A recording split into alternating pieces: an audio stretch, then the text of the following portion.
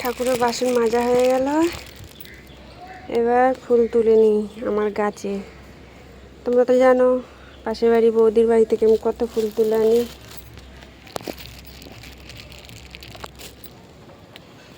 এবার আমার গাছে একটু একটু ফুল নিয়ে নিই, বেশি লাগবে না। যেগুলো কালকে ঝরে যাবে সেগুলো একটু তুলে নিই। আরে জবা ফুল হয়নি, নয়নতারাই আমার বাড়ি ছাদে তো বেশি ফুল গাছ বসায় না। কি বসাবো বলো, যত্ন করতে হয় বৃষ্টির পরে। এই যে লঙ্কা গাছগুলো শুকিয়ে গেছে, এবার সব মেরে ফেলবো। নতুন নতুন ফুল হয়েছে নীলকণ্ঠ, এই নিয়ে দুবার তুললাম।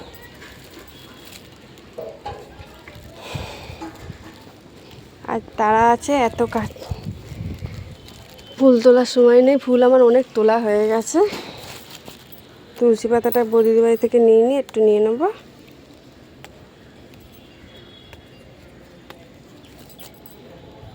আমি শুনেছি তুলসী পাতা তোলার সময় মন্ত্র বলতে হয়, মনে আর থাকে না, ছিঁড়ে গেছে, এটার কোনো কাজে লাগবে না। তো অনেকবার মুখস্থ করার চেষ্টা করেছি, আমার আর মুখস্থ হয় না। তুলে নিই বাবার নাম করে।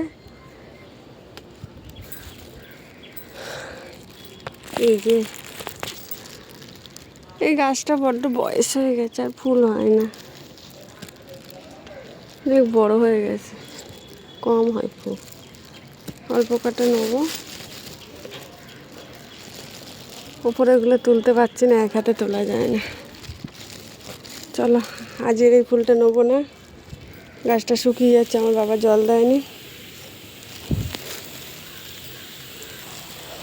ফুল তোলা হয়ে গেল। এই যে এত ফুল তুলেছি, বেলপাতা ফুল সব বৌদি বাড়ি থেকে তুলে এনেছি, অনেক ফুল আছে, দেখতেই পাচ্ছ। স্নান করা হয়ে গেছে, জামা কাপড় শুকোর দিয়ে এবার পুজো দিয়ে দিই ঘরের ঠাকুরকে। চলে এলাম আবার নতুন একটা ব্লগ নিয়ে তোমাদের কাছে। আশা করি সবাই জানতেই পেরেছো আমি কোন বিষয়ে ব্লগটা নিয়ে এসেছি। আবার শিবের পুজো দিতে যাচ্ছি, আজকে লাস্ট সোমবার পুজো দিয়ে এসেছি, তাই আজকেই তোমাদের সাথে ভিডিওটা শেয়ার করছি। কি করব বলো, সঙ্গে সঙ্গে করতে হয়। পৌঁছে গেছি, পৌঁছে গিয়ে এবার একটু চারখানা পুজোয় দিতে পেরেছি, মানে চারখানা সোমবারই আমি করতে পেরেছি। লাস্টবারে ইচ্ছা ছিল এখানে চান করে পুজো দেবো। প্রতিবারে তো পুজো দিয়ে দিয়ে মন্দিরে যায়, মানে পুজো দিতে যায় চান টান করে। এখানে চান করে পুজো দিয়ে অনেকেই দিচ্ছে, আরও সব আছে। আর আগে আমি নামবো, তারপর সবাই নামবে টুকটুক করে। কেউ নামতে চাইছে না, বলছি এতে চাতাল আছে। পুরো পুকুরটাতে নেই, অনেকটা বড় বড়ই সিমেন্ট করে দিয়ে করা আছে। আগে ভয় লাগতো নামতে, এখন আর নামতে ভয় লাগে না। চানটা করে জল নিয়ে নিই পুকুরে, বাবার এটা পুকুর। যারা আমাদের এখানে থাকে তারা জানে এটা বড় কাছারি।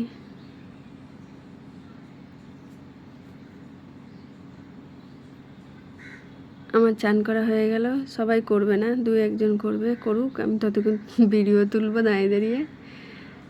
চান করে যেখানে আমরা মানে ব্যাগ ট্যাগ রেখে এসেছি জামা কাপড়, ওখানে গিয়েই ছাড়বো, এইখানে ছাড়বো না। কাজ হচ্ছে, সিমেন্ট বালি ভর্তি। চলে এলাম, এখানে রেডি করছি, রেডি করে নিলাম, ড্রেস ফ্রেস সেরে এবারে টিপ পরবো। মন্দিরের সামনেই টিপ পরেছি, খুব ভিড় দেখে ভয় লাগছে, যাবো কি, তাও ফাইনালি ঢুকতে পেরেছি। ভিড় দেখো শুধু, প্রচুর ভিড়। তাও ওই ব্যান্ড পার্টিগুলো বাজছে না, এটাই ভালো, রক্ষা করেছে আমাকে। আমার তো মাথা যন্ত্রণা করে বেশি আওয়াজ হলেই। আমি বুকে নিজেই বলছি দিতে পারবো আমি, এত ভিড়, তা দিতে পেরেছি ফাইনালি। নিয়মটা খুব সুন্দর করছে, কিছু মানুষকে ঢোকাচ্ছে আর দড়ি দিয়ে দিচ্ছে যাতে না ঢুকতে পারে কেউ, দড়ি ফেলে দিচ্ছে, মানে দুজনে দুদিকে দাঁড়িয়েছে, পুলিশ দাঁড়িয়েছে বলে কেউ কিছু করতে পারছে না। বুঝলাম না এই ভিডিওটা কেন এরম হয়ে গেল, কি করব এখন, আমার তো আর নেই, ওই জন্য এরমভাবে শেয়ার করলাম। একটু কষ্ট হবে তোমাদের দেখতে, বুঝতে পারছি। আমার ফোনে যে কেন এরকম হচ্ছে আমি বুঝতে পারছি না। আমি কিন্তু চওড়া করেই ফোনটা ধরছি আর এরমই হয়ে যাচ্ছে, কেন হচ্ছে বুঝছি না। কেউ যদি জানো একটু বলো তো, কি প্রবলেম যে আমার বুঝতে পারি না। তো পুজো ওখানে তো ভালো করে দেওয়া যায় না, এরম দাঁড়িয়ে শান্তি করে, এখানেও দেওয়া যায় না। শান্তি করে দিতে হলে নিজের ঘরে নিজের ভোলেনাথকে ভালো করে পুজো দাও। মন্দিরে ফন্দিরে কোনো অনুষ্ঠানে মানে ওকেশানে গিয়ে পুজো দেওয়া যায় না। সে পাড়ার মন্দির বলো আর কোথাও দূরে গিয়ে পুজো দিতে বলো, সব জায়গায় ভিড়। তো পুজো তো দেওয়া হলো। এটা মনে হচ্ছে কেউ নিয়ে এসেছিলো এই ভোলেনাথটাকে, কত বড় মূর্তি।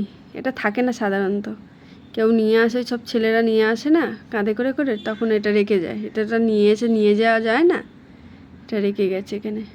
এখানে যারা কমিউনিটিতে আছে, কমিউনিটি বলে না, কমিটি, যাই হোক একটা হবে আছে, তারাই রেখে দেয়।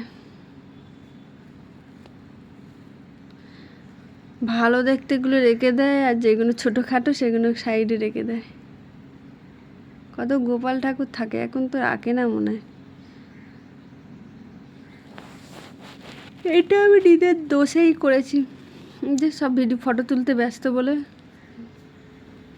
আমরা হে বলছে তুলিস না আমাকে, ও বলছে তুলিস না, তা ফাইনালি ও সবাই ভিডিও তুলছে, কেউ কারোর মানে রিলসে দিতে চায় না, বুঝেছো। আমি তো ছাড়বো, ওরা জানে, ওই জন্য কেউ আসতে চায় না ক্যামেরার সামনে। পুজো দেওয়া হয়ে গেল, এবার পেট ভোজন করতে গেলাম।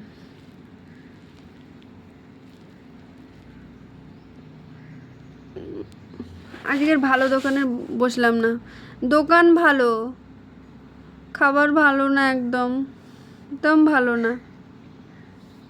খাওয়া দাওয়া হয়ে গেছে,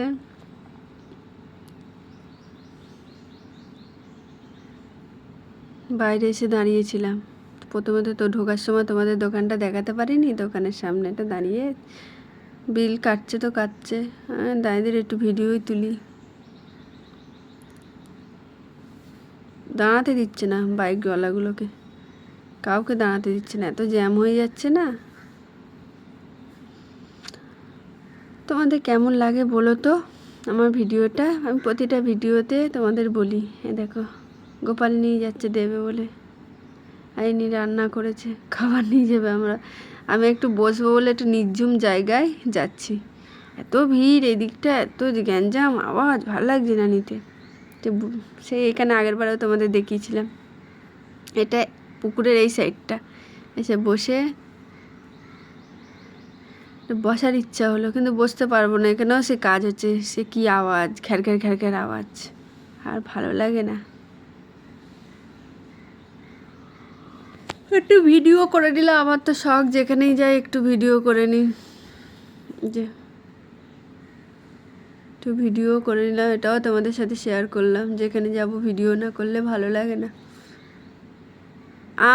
আমি বলে না, অনেকেই দেখছি সবাই বলছে না মেয়েরা ভিডিও করুক, সব ছেলেরা বসে থাকুক। একটা দাদা এসে বলেই দিল, তাতে কি হয়েছে, একটু বসুন না আপনারা।